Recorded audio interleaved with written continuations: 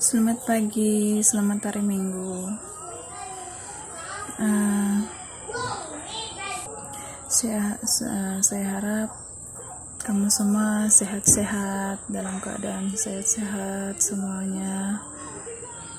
Tuhan memberkati kamu semua. Di sini saya ada mau kongsi tentang firman Tuhan bagi yang beristri lah, bagi kita yang beristri ini kan, kita sebagai istri kepada suami, kita memang kita kena tunduk dengan suami, tidak boleh melawan, tidak boleh tidak boleh melawan, senantiasa rendahkan hati, senantiasa tunduk, takutlah tunduk sama suami kan. Itu ya memang itu kita kena wajib buat kan. Tapi di sini saya mau kongsi tentang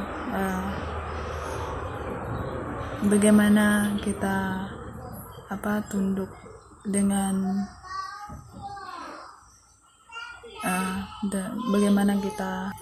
bagaimana kita sebagai istri tunduk kepada suami, dan bagaimana kita sebagai istri takut akan Tuhan, kita sebagai hamba takut akan Tuhan kan. Jadi di sini saya mau kongsi, semoga bermanfaatlah apa yang saya kongsi ini kan. Kita hidup sebagai istri bagi suami kan, kita kena kalau yang kita yang tahu di dalam Tuhan, takut di dalam Tuhan, apa itu artinya takut akan Tuhan. Jadi kita sebagai istri, kita kena betul-betul paham apa arti itu takut akan Tuhan, bukan yang kita tahu artinya tunduk sama suami saja. Tapi memang itu wajib, tapi yang pertama itu harus tunduk sama Tuhan, takut sama Tuhan, bukan itu saja yang kita tahu. Jadi di situ bagaimana kita mau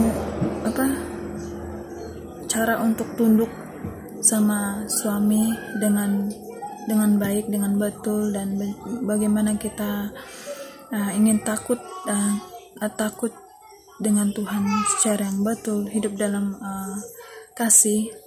Kita kena belajar membuangkan ego, rendahkan diri, dan menjadi seperti budak-budak, anak-anak yang tidak tahu apa-apa. Begitu, rendahkan ego kita sebagai istri. Jangan tunjuk pandai, jangan berarah-arah sama suami, jangan arahkan dia, jangan kita menunjuk diri kita ini pandai sebagai istri. Tapi coba kita latih kita punya diri, supaya kita punya diri ini sebagai istri paham macam mana itu tunduk kepada suami dan takut akan Tuhan. Itulah itu, jangan sombong, jangan ego, jangan tinggi diri, harus rendah diri, begitu. Harus mengalah dalam tidak kiralah dari hal-hal besar ataupun kecil, karena harus mengalah. Coba kita buka dalam 1 Korintus 12:3 ayat 4. Dia bilang di sini, kasih itu sabar, kasih itu murah hati, ia tidak cemburu, ia tidak memegahkan diri dan tidak sombong. Itu. Dia tidak sombong, dia tidak memegahkan diri kan. Memegahkan diri ini macam yang saya ini pandai, saya ini saya ini begini, saya begitu. Dia bilang itu maksudnya memegahkan diri. Kasih itu sabar, kasih itu murah hati, ia tidak cemburu, ia tidak memegahkan diri dan tidak sombong. Murah hati ini dia macam yang rendah diri lah. Terima saja apa orang cakap, apa suami cakap. Dan lagi paling penting itu jangan tinggi diri kita. Jangan menunjukkan diri kita pandai sebagai istri lah. Itulah. Jadi di sini coba kita buka lagi di 1 Korintus 13:14 ayat 13. Dia bilang di sini, demikianlah tinggal ketiga hal ini, yaitu iman, pengharapan, dan kasih. Dan yang paling besar di antaranya ialah kasih. Paling besar di antaranya kasih.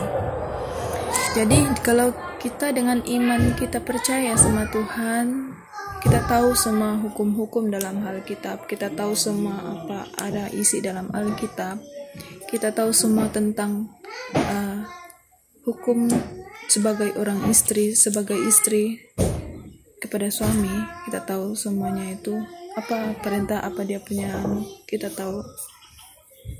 Kalau kita dapat lakukan itu, berarti di dalam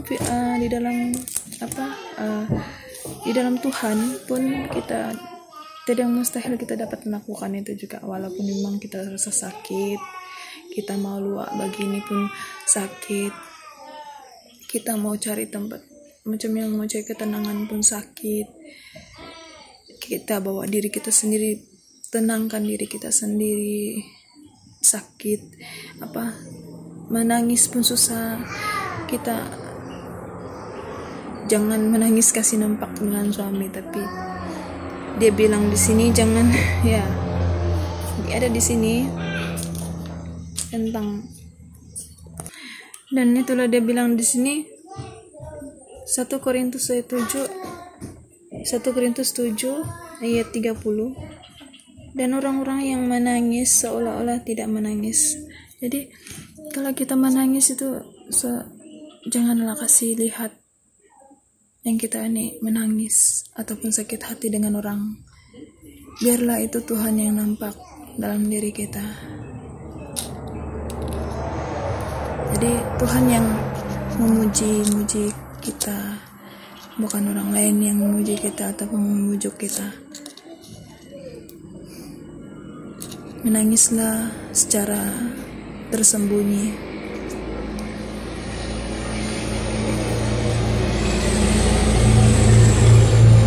Itu saja saya dapat kongsikan.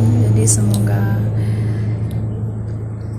semoga apa yang saya kongsikan ini bermanfaat, dan biarlah kita coba hidup dalam takut akan Tuhan. Dan lebih pentingnya itu coba kita belajar memahami akan firman Tuhan. Kita coba bawa diri kita untuk fokus kepada firman Tuhan, untuk memahami firman Tuhan. Tidak mustahil kalau kita minta Roh Kudus untuk memimpin kita supaya kita memahami akan firman Tuhan. Tidak mustahil, mesti kita akan paham. Walaupun kita tidak pergi gereja, walaupun kita tidak bersama-sama dengan saudara-saudara kita yang seiman untuk berkongsi kasih, berkongsi firman Tuhan, kan? Tidak mustahil Roh Kudus akan bantu kita. Tuhan nampak apa yang ada dalam hati kita, apa yang ada dalam pikiran kita. Jika Tuhan tahu itu niat kita, Dia akan bantu dengan kuasa Roh Kudus Dia. Tidak mustahil, percayalah. Oke, itu saja saya dapat kongsi. Selamat hari Minggu. Salam damai dari saya.